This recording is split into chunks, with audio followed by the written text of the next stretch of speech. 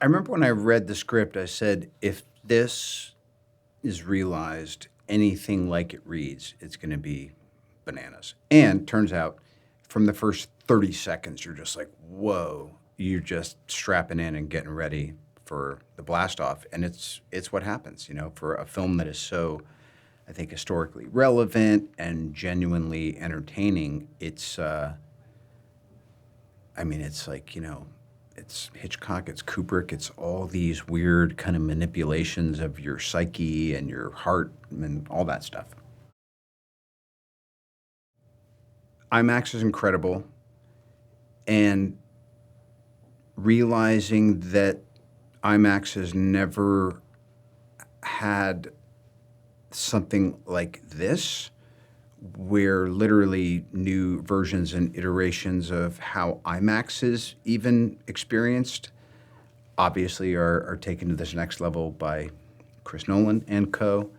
But also just to see whether it's the Trinity test site or extreme close-up of Killian as Oppenheimer, you're just like, you feel like you're standing next to something that's really happening in history. It's a huge film experience, but it feels very small and focused and kind of intimate when you're doing it, and I think that translates. There's also the onus is on you to rise to the occasion, and Chris tends to cast and collect folks around him that are as without ego as possible while still having some self-respect and thinking they can get the job done. And so it was a journey into, it reminded me of back doing theater. It reminded me of, what my first instincts and hopes and dreams were for being an actor. That day where Conti and Murphy are having their little sidebar tete-a-tete, and I could tell Chris knew it was obviously a critical scene. It's kind of the heart of the film.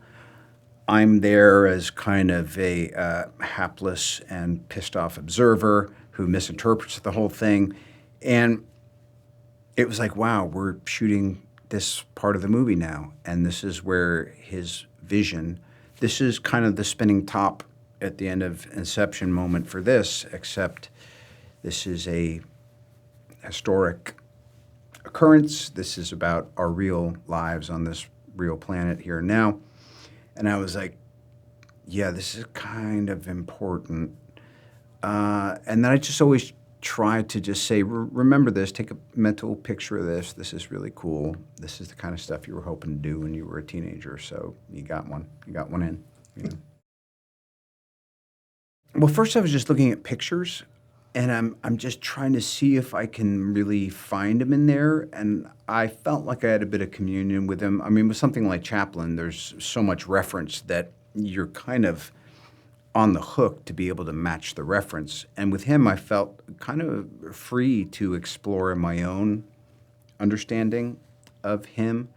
And I came to love the guy and have a lot of empathy for him. And I think he also represents any of us that have ever felt blown off by someone that has a higher status. And also that act of a deniable, plausible, non-traceable revenge. Just how sweet it is. So it's just a human condition as he represents it.